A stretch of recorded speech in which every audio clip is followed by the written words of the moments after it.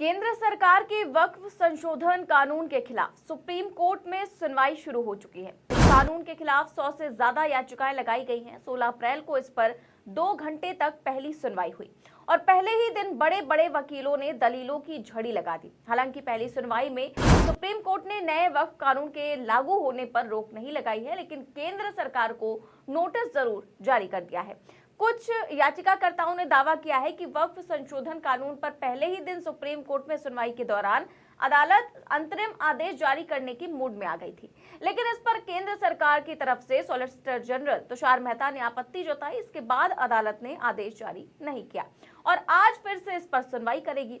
अब इस एक्ट को लेकर दायर याचिकाओं पर कपिल सिब्बल, राजीव धवन, अभिषेक मनु सिंघवी और सीओ सिंह जैसे वरिष्ठ वकीलों ने दलीलें दी, तो वहीं केंद्र सरकार का पक्ष सॉलिसिटर जनरल तुषार मेहता ने रखा। इस दौरान चीफ जस्टिस संजीव खन्ना ने कई तीखे सवाल केंद्र के वकील तुषार मेहता पर दागे और जो एक सवाल जो पूरे देश में चर्चा का विषय बन गया है, वो सवाल था वक्फ ट्रस्ट में हिंदुओं की एंट्री का। इस संशोधन पर तो सीजीआई भी हैरान रह गए और कोर्ट ने सीधे केंद्र सरकार से पूछ लिया कि चलिए वक्फ संशोधन को मान लिया, लेकिन क्या आप मंदिरों के ट्रस्ट में मुसलमानों को जगह देने के लिए तैयार हैं? इस पर सरकार की तरफ से पेश हुए वकील इधर उधर ताकने लगे। खबर देखिए, लिखा है क्या हिंदू ट्रस्टों में भी मुसलमानों को इजाजत देंगे? सुप्रीम कोर्ट ने केंद्र से पूछे और कौन से तीखे सवाल।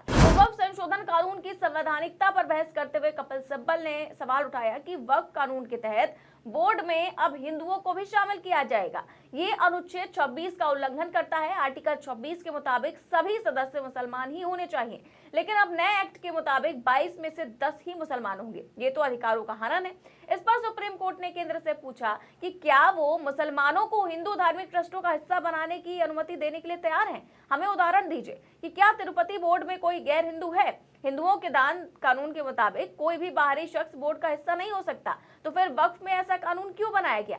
इसी को लेकर के केंद्र सरकार से सीजीआई ने तीखे सवाल पूछे। इसके अलावा सुनवाई के पहले दिन वक्फ बोर्ड बनाने, पुरानी वक्फ संपत्तियों का रजिस्ट्रेशन, बोर्ड मेंबर्स में गैर मुस्लिमों के प्रवेश और विवादों के निपटारों को लेकर मुख्य दलीलें पेश की गई। कपिल सिब्बल ने कहा कि हम उस प्रावधान को चुनौती देते हैं जिसमें कहा गया है कि कम से कम 5 साल तक इस्लाम को पाबंदगी से मानने वाले ही अपनी संपत्ति वक्फ कर सकते हैं।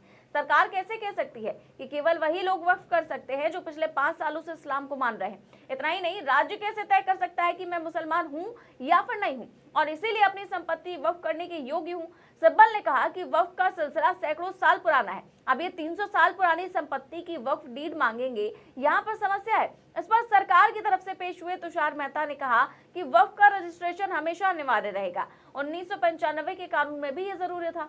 इस पर कपिल सिब्बल ने कहा कि ऐसे तो मुतवल्लियों को जेल जाना पड़ेगा, अगर वक्फ का रजिस्ट्रेशन नहीं होगा तो वो जेल जाएगा। इस पर सुप्रीम कोर्ट ने केंद्र से पूछ लिया कि कई पुरानी मस्जिदें हैं, कुछ तो 500-700 साल पुरानी हैं, 14वीं और 16वीं शताब्दी की मस्जिदें हैं, उनके पास क्या दस्तावेज होंगे? उनके पास रजिस्ट्रेशन सेल डीड कहां से आएगा? चीफ जस्टिस ऑफ इंडिया ने केंद्र सरकार से पूछा कि ऐसी संपत्तियों को कैसे रजिस्टर करेंगे? ऐसे वक्फ को खारिज कर देने पर तो विवाद और भी ज्यादा लंबा चलेगा।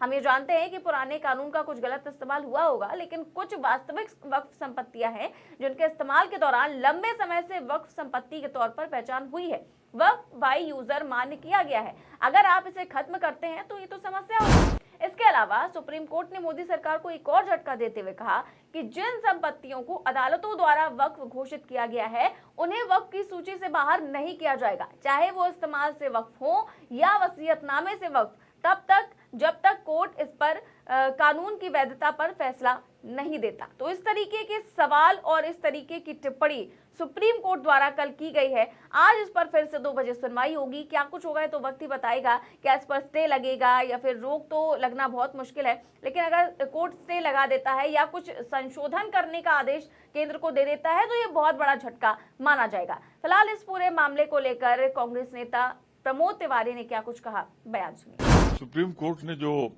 ऑब्जर्वेशन किए हैं, जो सवाल पूछे हैं, कमोबेश वही हैं जो कांग्रेस पार्टी ने जेपीसी में उठाए थे, जो कांग्रेस पार्टी ने लोकसभा और राज्यसभा में हमारे स्पीकर्स ने चिंता व्यक्त की थी, वही चिंता सुप्रीम कोर्ट ने भी व्यक्त की।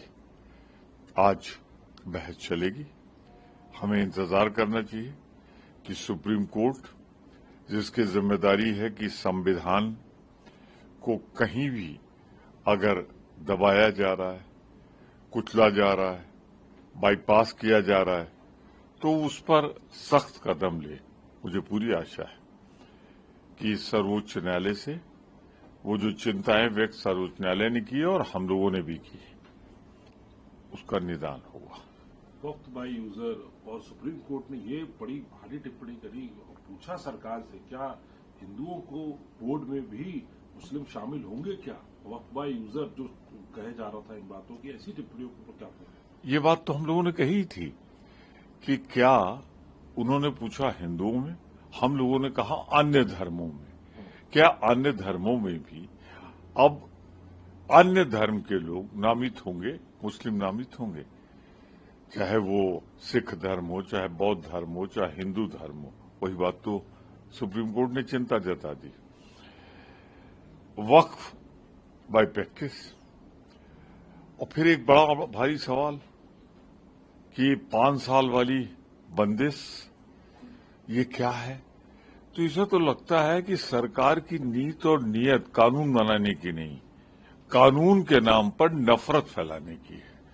कानून के नाम पर वो चाहते हैं कि गोडसे जी का जो अधूरा सपना है वो पूरा करें, देश में एक ऐसा वातावरण बना दे जहां नफरत हो और सिर्फ नफरत हो। ये गोडसे के पुजारी भाजपा में जो बैठे हैं वही कर रहे हैं।